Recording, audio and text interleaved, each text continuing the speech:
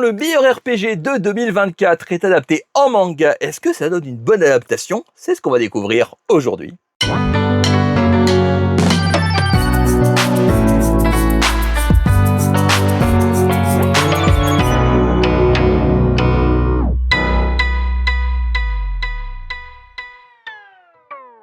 Graouh les gens, vous allez bien, c'est Legoshi. Et Legoshi, on se retrouve aujourd'hui pour la review d'un titre que j'attendais avec une énorme impatience. Le premier tome m'a été envoyé gentiment par Manabooks, que je remercie grandement.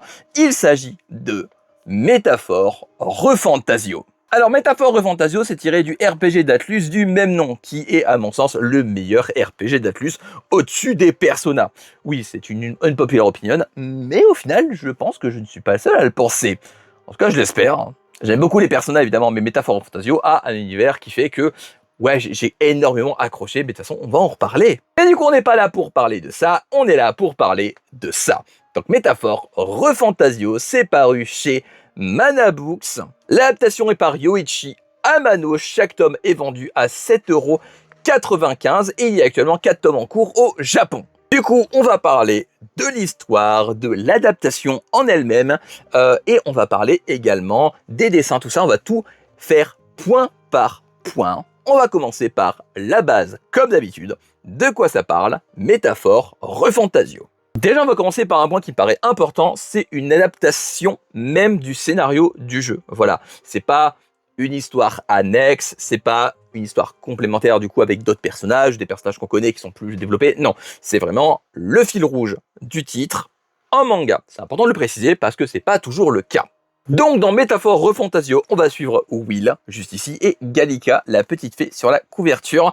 Et petit point important, dans le titre, donc dans le jeu vidéo, vous choisissez le nom du héros. Voilà. Mais dans le manga, ils lui ont donné un prénom, à savoir Will. Will est un jeune homme de la tribu Elda, tribu qui est assez mal vue, assez mal perçue, décrit comme impure par la plupart des autres tribus. Et des tribus, il y en a, et pas qu'un peu. Lucente, Euglyphe, Clémar, Paripus, c'est pas des maladies de peau, c'est bien le nom des tribus de Métaphore Refantasio, et c'est même pas les seuls, j'en ai dit qu'une petite pincée. Oui, les Gallica vont donc en direction de Grand Trad, qui est la capitale du monde de Métaphore Refantasio, parce qu'ils cherchent à y trouver quelqu'un pour pouvoir lever la malédiction du prince que tout le monde croit mort. Arrivés à Grand Trad, ils vont découvrir qu'il n'y a rien qui va. Il semble y avoir pas mal de tensions à Grand Trad, et pour cause, le roi est mort. Et vous l'apprenez assez vite, sans spoil, qu'il a été assassiné. Et alors que tout le monde pense que l'héritier va être choisi d'une manière classique, succession, etc., le visage du roi mort apparaît sur une sorte de grosse pierre dans le ciel pour indiquer que ça va pas se passer comme ça. Il va y avoir un tournoi, mais pas un tournoi comme vous l'imaginez. En effet, pendant une durée limitée, les candidats qui veulent devenir roi à la place du roi décédé vont devoir gagner la foi de la population. Et c'est donc la personne en qui croira plus le peuple à la fin de cette durée limitée qui deviendra calife à la place du roi. Et évidemment, l'assassin du roi compte bien participer. Il s'appelle Louis et c'est vraiment... Il s'appelle Louis. Et Will a alors une idée. Pour être sûr que le trône revienne au prince, et pourquoi ne pas participer au tournoi en question? Il sera rejoint par plusieurs compagnons sur la route, et évidemment, complot, trahison, etc. On est là sur un peu une ambiance très Game of Thronesque, dans le sens où c'est assez politique. Et du coup, là, c'est la base vraiment de l'histoire de Métaphore Refantasio. Vous vous en doutez, Métaphore Refantasio étant un RPG d'Atlus, Atlus étant connu pour ses plot twists à foison et toujours bien amenés, vous aurez des plot twists à foison et toujours bien amenés. Et évidemment, je peux déjà vous dire du coup que le scénario tient la route du début à la fin, parce que, évidemment, vous vous en doutez, ça, c'est l'intro du jeu, concrètement, et moi, j'ai fini ça. Donc je peux déjà vous dire, sans spoiler évidemment, que l'histoire, elle est vraiment très cool. Mais en termes d'adaptation, qu'est-ce que ça vaut du coup Métaphore Refantasio? Déjà, on va évoquer le cas de Will. Parce que Will, comme j'ai dit, on choisit son nom dans le jeu, mais c'est pas sa seule particularité. Dans le jeu, il ne parle pas. vous choisissez les dialogues, vos réponses, mais ils ne parlent pas. Et ils ont fait le choix de le faire parler dans Métaphore Fantasio, ce qui peut faire un peu peur, je pense, à certaines personnes. Mais croyez-moi, Yoichi Amano, eh ben, il s'est bien débrouillé sur le coup. Il a choisi de faire de Will quelqu'un d'assez cynique, d'assez à côté de la plaque de temps en temps, ce qui le rend assez naïf, mais surtout renforce son côté attachant. En fait, Will, concrètement, est un héros qui sait ce qu'il veut. Il sait comment atteindre son objectif, il sait qu'il veut l'atteindre, et c'est quelqu'un de fort, sûr de lui. Mais du coup, lui donner ce petit côté naïf, ce petit côté à côté de la plaque de temps en temps, bah en fait, ça montre qu'il est humain, tout simplement.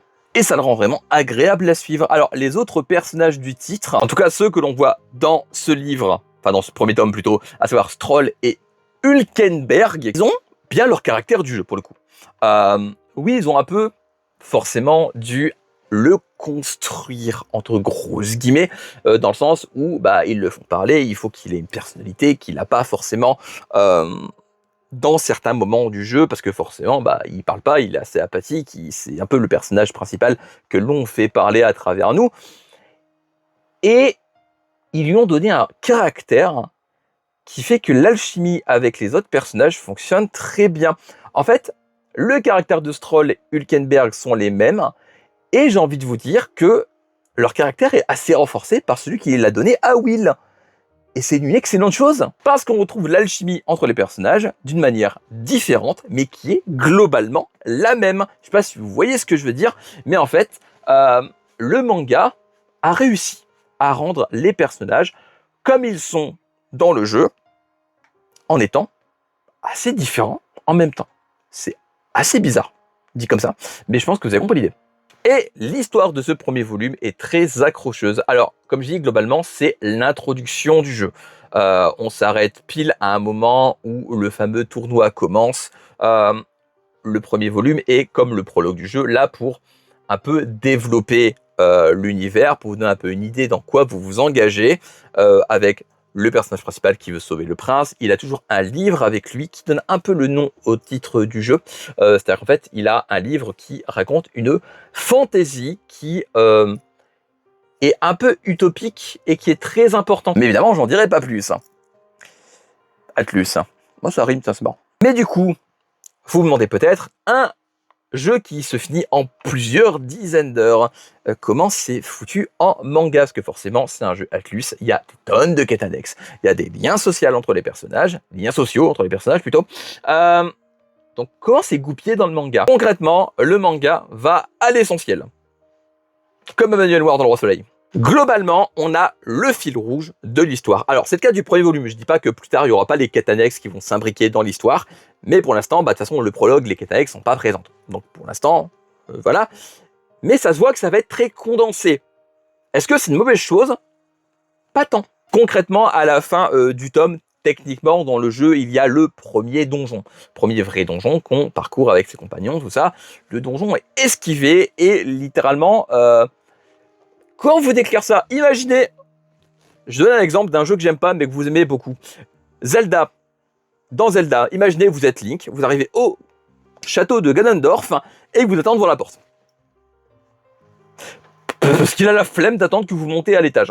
C'est un peu l'idée de ce qui se passe dans le tome 1 de Métaphore Fantasio. En fait, il fait esquiver le donjon pour aller à l'essentiel, c'est-à-dire le fil rouge et le combat avec le boss de ce dernier. Donc, concrètement, je trouve que c'est plutôt une bonne idée. Parce qu'en fait, ça donne un rythme qui est agréable à suivre. Parce qu'on va être honnête, un rythme là ne fonctionne pas dans ça.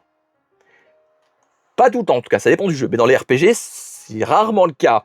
Les RPG sont connus pour être assez longs, assez riches.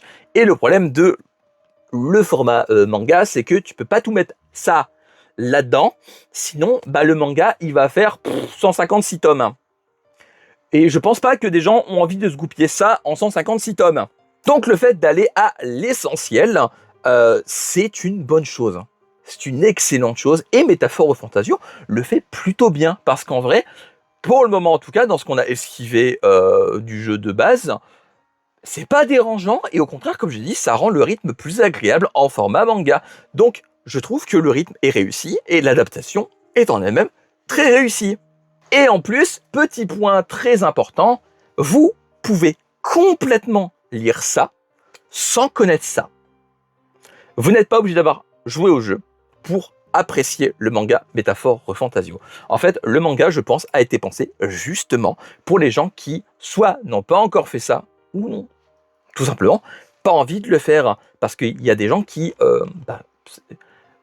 n'aiment pas les jeux vidéo. Oui, ça existe, oui, ça existe, oui. Et donc, les gens qui ne veulent pas faire ça peuvent complètement lire ça. Et ça permet à des personnes qui n'aiment pas les jeux vidéo de découvrir une histoire absolument incroyable dans ce format. C'est pas bien ça, mais évidemment que c'est très bien. Et en plus, en termes de dessin, je trouve que Yoichi Yamano, encore une fois, s'en sort très bien. Il y a bien le chara design est pas chara designé exactement comme le jeu d'Atlus, parce que évidemment, chara design en jeu vidéo, chara design en manga, c'est pas la même patte, donc voilà, donc forcément, c'est pas exactement dessiné pareil. Mais ça s'en rapproche fortement, je trouve. On reconnaît bien les personnages, hein. Ils sont très reconnaissables. En termes d'esthétisme, c'est très réussi, mais la mise en scène, la mise en page dans les scènes d'action, les bouilles de Will, de Stroll, quand c'est des moments un peu comiques, je suis fan. Je suis ultra fan. En fait, en gros, il a rajouté des moments comiques qu'il n'a pas forcément dans le jeu, pour, encore une fois, avoir un rythme qui est plus manga, entre grosses guillemets, et ça fonctionne encore une fois très bien. En fait, Métaphore Fantasio présente bien l'univers du jeu pour ceux qui ne le connaissent pas, à des personnages auxquels on s'attache très vite, même si vous n'avez pas joué au jeu. En fait, je pense qu'en termes d'adaptation de jeux vidéo, c'est sans aucun doute l'une des meilleures que j'ai pu lire. Tout simplement. Voilà, et c'est pas parce que j'ai un affect grand avec ce jeu. Voilà, je mets mon affect de côté pour le coup. Je suis complètement objectif. Voilà, j'ai essayé de le lire en étant le plus objectif possible et en mettant mon côté, je suis giga fan de ce truc de côté, justement. Et je trouve que honnêtement, en étant le plus objectif possible, en termes d'adaptation, vraiment, ouais, c'est très réussi. Oui, c'est condensé, il y a des gens que ça va peut-être déranger, mais il faut se mettre en tête qu'il n'y a pas le choix de condenser. Vous ne pouvez pas être tout métaphore en manga tel quel, où le manga sera excessivement long. On va dire que le manga est là pour ceux qui n'aiment pas les jeux vidéo, et peut-être pour ceux qui aiment les jeux vidéo, ça leur donnera peut-être envie de jouer au jeu une fois que le manga sera terminé. Pourquoi pas? Sachant que le rythme de parution est assez lent au Japon, mais les chapitres sont plus gros. Je m'explique. En gros, les chapitres font globalement une cinquantaine, une quarantaine de pages. Voilà, c'est des longs chapitres et pour une raison assez simple, c'est que le manga au Japon, dans le magazine de la Shueisha, je vais y arriver, parce que je l'avais lu sur Manga Plus à l'époque, je l'avais déjà expliqué en anglais, mais pas tout. Voilà, bref, je vais pas m'étaler là-dessus. C'est un chapitre par mois. C'est pas un chapitre par semaine. Donc, Yoichi Yamano a fait un truc très simple, vu que c'est qu'un chapitre par mois, plutôt que de faire un chapitre très court par mois, il fait un chapitre plus long. Ce qui donne un rythme correct, je trouve, surtout pour l'adaptation d'un jeu comme ça, où j'imagine qu'il y a pas mal de recherche autour de ce que je dois couper, ce que je dois laisser. En plus, je suppose, parce que c'est logique qu'Atlus a son mot à dire là-dessus, donc Atlus dit à Yoichi Yamano ce qu'il a le droit de couper, ce qu'il a le droit de laisser, enfin voilà. Je pense que l'adaptation doit être un sacré bordel en soi.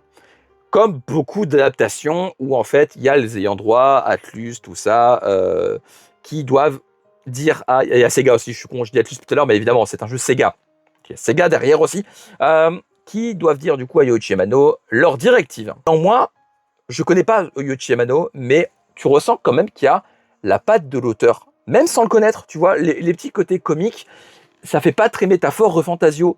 Je pense que du coup c'est la patte de l'auteur, mais ça s'imbrique bien dans Métaphore Fantasio. Ça fonctionne très bien. Donc je pense que, je le redis, Métaphore Fantasio est sans aucun doute l'une des meilleures adaptations de jeux vidéo en manga que j'ai pu lire. Donc, à qui je recommande Métaphore Fantasio? À tout le monde. Littéralement. Alors, à tout le monde, oui et non. Parce que c'est quand même assez violent par moment. Donc, c'est, on va dire, un moins de 10. peut-être, voilà, c'est pas non plus à mettre sur toutes les mains. Et puis pas que pour la violence, parce que c'est politiquement très complexe par moment. Donc ouais, je pense que les trop jeunes enfants vont pas accrocher à Métaphore Fantasio de base, même si c'était pas aussi violent, parce que du coup, c'est de la politique assez compliquée. Voilà. En plus, avec toutes les tribus, les cultures, Métaphore Fantasio, c'est un univers qui est assez riche. C'est pour ça que je dis en plus que l'adaptation se sort très bien, parce que c'est riche, mais dans le manga, comme il condense, il donne juste ce dont on a besoin. Je vais y arriver. L'assistant me dit de vous dire qu'il y a un world building assez riche. On va donner les termes, hein, du coup, vu que c'est...